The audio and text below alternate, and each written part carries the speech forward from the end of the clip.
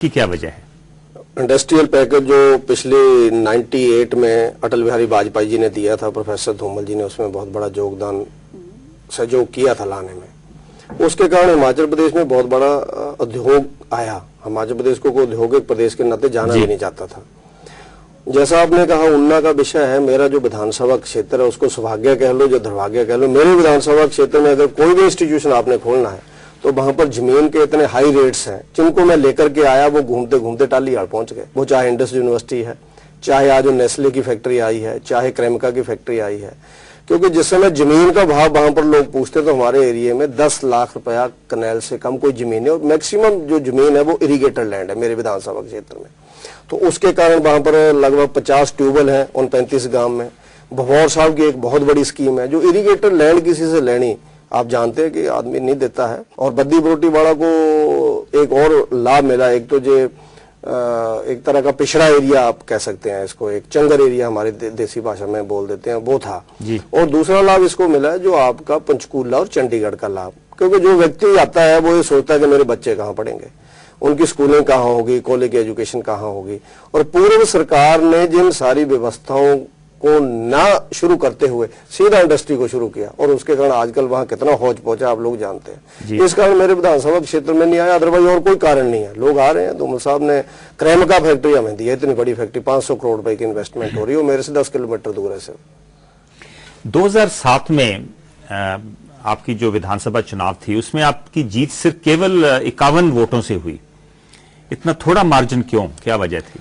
मैं उस समय सबसे कम वोटों से जीतने वाला व्यक्ति था। मैं क्योंकि शिमला में रहा 13 साल लगातार, मुझे 2 वर्ष ही उस समय आए हुए थे, और पार्टी ने मुझे टिकट दिया। उस समय भी मुझे, जैसा आज लोग कई बोलते हैं कि आपने बड़ा क्रूशियल समय में अध्यक्ष बने, मुझे बड़े लोगों ने, जो आप जैसे हितैषी रहते हैं, उन्होंने फोन किए कि आपको फंसा दिया, ऐसा भी लोगों ने बोला।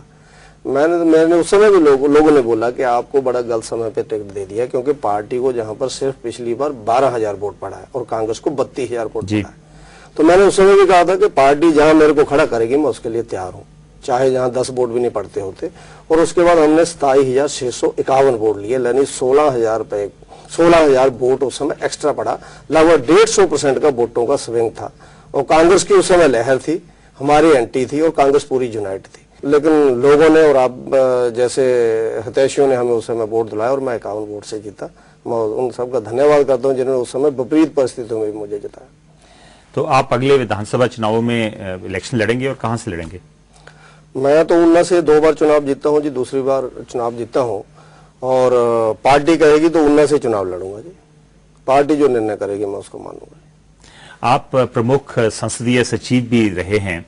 एज सीपीएस आपका क्या योगदान रहा?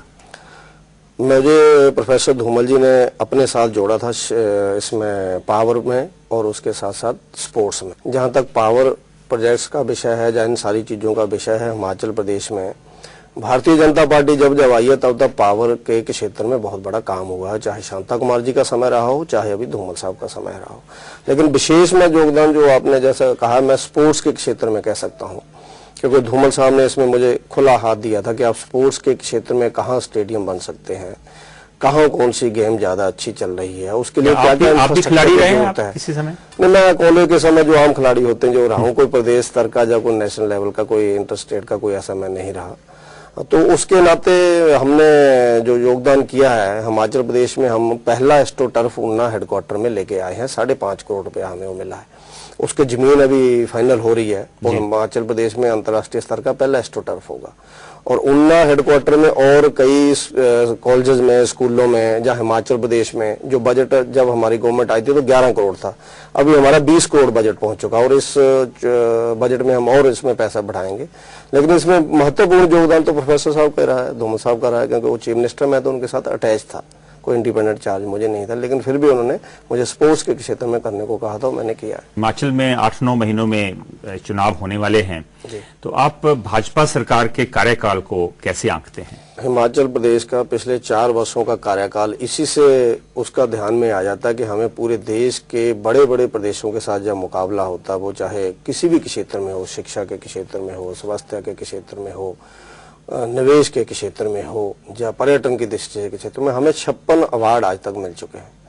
तो आप मान सकते हैं कि हिमाचल ऐसा प्रदेश जिसमें मात्र 68 लाख पॉपुलेशन हो और अपने कोई बहुत बड़े सोर्सेज ना हो, उसको भी इतने बड़े ढंग से प्रोफेसर धूमल साहब ने मुख्यमंत्री के नाते आगे बढ़ाया है। तो हम तो विकास के मुद्दे को लेकर के लोगों के बीच जाएंगे और विकास हमने इसी शासन में नहीं, प्रोफेसर साहब पिछली बार आए तब भी बहुत बड़ा डेवलपमेंट हुई। शांता कुमार जी 90 से 93 तक रहे, बहुत बड़ी डेवलपमेंट हुई। 77 में हम लोग आए, उस समय की डेवलपमेंट को लोग आज भी याद करते हैं। इसलिए हमारा चारों समय का जो शासन रहा, 4 बार हमारे मुख्यमंत्री रहे, चारों बार के समय को लोग याद करते हैं और उसमें हम दोबारा सत्ता में आने में असफल रहे हैं। इस बार कोशिश करेंगे कि हम दोबारा सत्ता में लेकिन इस समय आपके पार्टी के बीच में जो मतभेद हैं वो बिल्कुल सामने उभर के आ गए हैं, तो इसका नुकसान नहीं होगा आपको? जब अपना व्यक्ति कोई निकल के जाता जी, उसका नुकसान तो होता ही है। मैं इसको ऐसा कह दूं कि नहीं कोई नुकसान नहीं होगा, ऐसा मैं नहीं मानता। लेकिन उस नुकसान की भरपाई करने की हम कोशिश करेंगे। एक तो ये हो सकता है कि वो आए और दूसरा ये हो सकता है कि हम और कड़ी मेहनत करें और लोग साथ में जोड़ें। तो इन दोनों ढंग से हम लोग कोशिश करेंगे। लेकिन हिमाचल में भाजपा सरकार के ऊपर भ्रष्टाचार के बड़े गंभीर आरोप लगे हुए हैं। महेश्वर सिंह ने भी आरोप लगाए हैं और पूर्व मुख्यमंत्री वीरभद्र सिंह भी कई कुछ उन्होंने गिनाया है, पल्सेस स्कैम, मेडिसिन स्कैम, और उन्होंने ये भी कहा है कि टीम अन्ना के जो सदस्य हैं प्रशांत भूषण, उनको भी गैर कानूनी तरीके से जमीन दी है। तो आप इन सब चीजों का कैसे जवाब देंगे चुनावों में? जहाँ तक कांग्रेस के नेता वीरभद्र सिंह जी का विषय हमका कहा है, हमने बार बार कांग्रेस के नेताओं को विधानसभा के अंदर, क्योंकि मैं होता हूँ, प्रोफेसर साहब ने बार बार उनको चुनौती दी है, मुख्यमंत्री जी ने, कि आपके पास कोई भी किसी भी तरह का प्रूफ है। हमने तो हिमाचल प्रदेश में एक retired chief justice high court के हैं, उनके अंतर्गत एक कमीशन बैठाया है कि कोई भी उनके पास शिकायत करें, उसका आप लोग पूरा ब्यौरा दें, उसकी वो इंक्वायरी करेंगे। एक विषय बहुत ज्यादा उठाते हैं कि हिमाचल प्रदेश में प्राइवेट यूनिवर्सिटी आई और गवर्नमेंट ने हिमाचल प्रदेश की जमीन बेच दी इनको। और धूमल साहब ने ये कहा कि 1 इंच जमीन भी आप हिमाचल प्रदेश सरकार की अगर मेरे को बता देंगे मैंने किसी यूनिवर्सिटी को दी है तो मैं राजनीति छोड़ दूंगा। लेकिन वो सिर्फ बोलते हैं, उनकी ये कोशिश रहती है कि लोगों में कंफ्यूजन क्रिएट करो। कांग्रेस का शुरू से रहा है, वो डेवलपमेंट पे कभी बात नहीं करते, राष्ट्रवाद पे कभी बात नहीं करते, देश के मुद्दों पे कभी बात नहीं करते। वो जनता को कंफ्यूजन पैदा करके लोगों को वोट लेने का। लेकिन ये जो भ्रष्टाचार के आरोप लग रहे हैं आपकी सरकार के ऊपर, इसकी आप बाहर की कोई एजेंसी जैसे सीबीआई है उससे जांच क्यों नहीं करवा देते? हमने तो बहुत बार बोला, केंद्र सरकार कांग्रेस की है, वो इसकी जांच करवा ले। हम तो परमिशन देने को, मुख्यमंत्री ने कई बार कहा मेरे को बताओ कहां सीबीआई से इंक्वायरी करने, आप करवा लो। हाँ, गवर्नमेंट की ओर से जो चाहिए होता है उसके लिए एनओसी हम दे देंगे, हमें कोई दिक्कत नहीं है, करवा ले सीबीआई से जांच। जो आपने ये आयोग बनाया है उसके पास कोई कंप्लेंट्स आई है? मैं वही तो आपसे बोल रहा हूँ जी कि ये कंप्लेंट करते ही नहीं है, ये सिर्फ जनता में बोलते हैं, बाकी ये कंप्लेंट लेके जाते ही नहीं है। ना लोकायुक्त में गए हैं, ना उन जज साहब के पास गए हैं, किसी के पास नहीं जाते हैं, सिर्फ भाषणों में बोलते हैं कि हिमाचल बेच दिया, पंजाब को बेच दिया, बाहर के लोग इसको ले गए। अब हिमाचल में एक बार बार मुद्दा उठाते हैं कि गरीब लोगों की जमीन बिक गई, आपने इंडस्ट्री लगानी है, मेरी जमीन है, मेरे को पहले 10,000 रुपया कनेल है, आप मेरे को कहते नहीं आपको मैं 2 लाख रुपया कनेल देता हूँ। तो धूमल साहब कैसे और बीजेपी कैसे रोक देगी मेरे को बेचने से? क्योंकि मेरे को आप 2 लाख दे रहे हैं तो मैं तो बेचूंगा।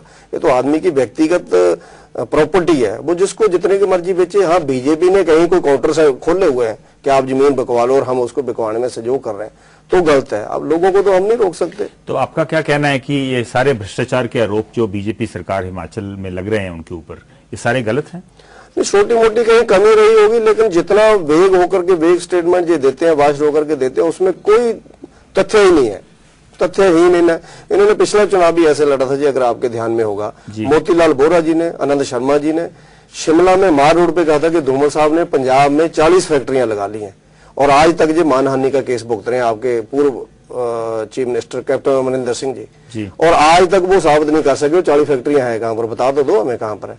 इनका काम रहता है कि उस समय सीधे बेग स्टेटमेंट दो, लोगों में कंफ्यूजन पैदा करो और उसके नाते आप लोग वोट लो, उसके बाद जनता तो भूल ही जाती है। लेकिन आज तक जो उसका रिजल्ट भुगत रहे हैं कि कोर्ट में शिमला में आते हैं। एक और आरोप है कि बाकी पार्टियों की तरह आपकी पार्टी में भी परिवारवाद आगे आ रहा है। इशारा मुख्यमंत्री प्रेम कुमार धूमल और उनके बेटे अनुराग ठाकुर के ऊपर है।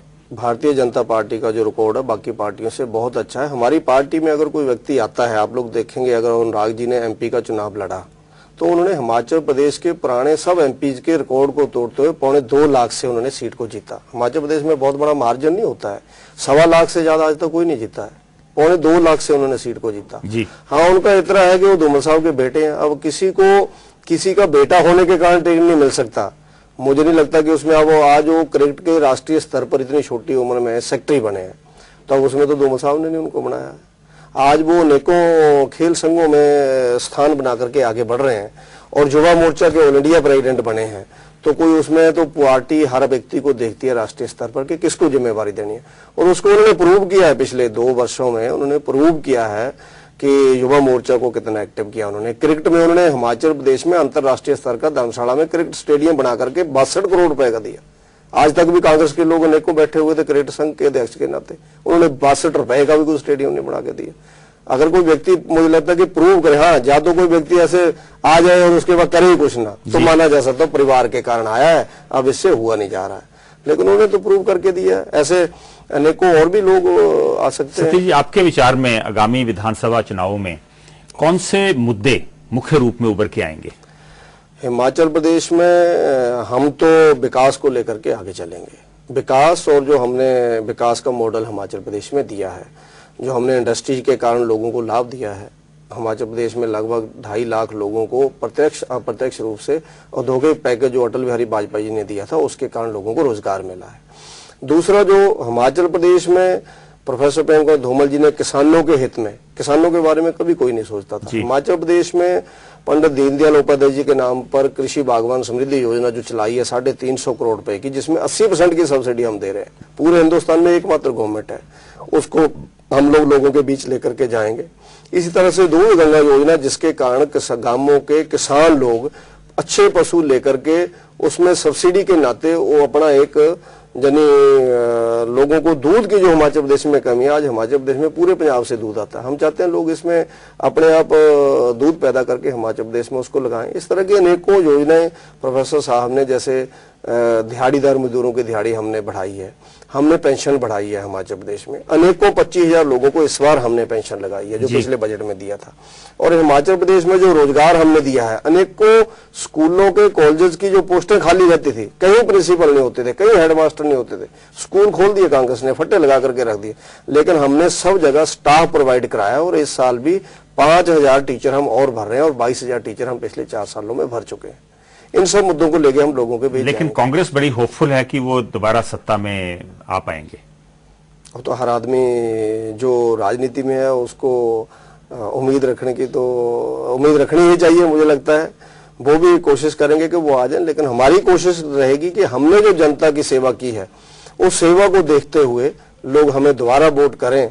और मेरा ये मानना है कि कोई भी गवर्नमेंट लगातार 10 साल तो एटलीस्ट चलनी ही चाहिए, क्योंकि एक व्यक्ति जो टारगेट सोचता है पहले 2-3 साल में वो उसकी डिटेल प्रोजेक्ट रिपोर्ट्स डीपीआरस बनाता है, फिर उसको लागू करता है, फिर उन प्रोजेक्ट्स को अंतिम दौर तक पहुंचाता है और उसके बाद उसके रिजल्ट्स आने शुरू होते हैं, फिर वो अगले दौर में सोचता है।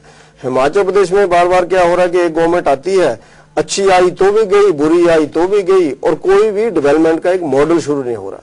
मेरा प्रदेश की जनता से भी यही रहेगा कि वो एक बार 10 साल देकर के हमें बताएं, उसके बाद दोबारा निर्णय लेने का अधिकार उन्हीं का है। जी सतीश जी, हमारे पास स्टूडियो में आने के लिए आपका बहुत बहुत धन्यवाद। तो ये थे हिमाचल भाजपा के नए अध्यक्ष सतपाल सत्ती। आगामी विधानसभा चुनावों के मद्देनजर सतपाल सत्ती के लिए ये एक बड़ी चुनौती होगी कि वो पार्टी के आपसी मतभेदों और गुटबाजी को दूर कर पार्टी को एक संगठित इकाई के रूप में स्थापित करें। फेयर एंड स्क्वायर में आज के लिए इतना ही। नमस्कार, सत श्री अकाल, खुदा हाफिज।